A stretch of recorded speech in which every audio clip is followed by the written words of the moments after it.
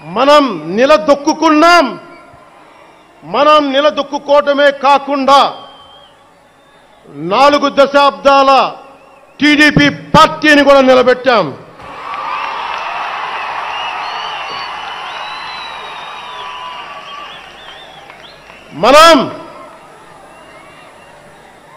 మనం ఓడినప్పుడు 2019లో మిస్సాలు మెలేశారు, జబ్బలు చరిచారు, తొడలు కొట్టారు, మన ఆడపడుచుల్ని అవమానించారు, ప్రజల్ని నిరంతరం హింసించారు.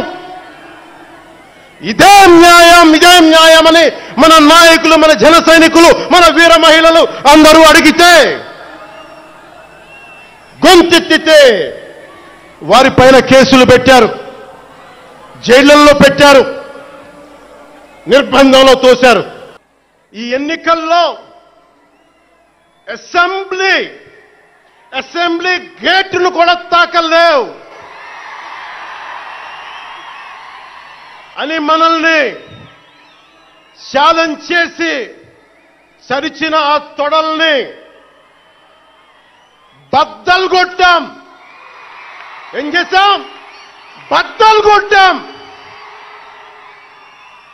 బద్దలు కొట్టి ఆంధ్రప్రదేశ్ అసెంబ్లీలో 21 మంది ఎమ్మెల్యేలతోటి, పార్లమెంటులో 2 ఎంపీలతోటి అడుగుపెట్టాం.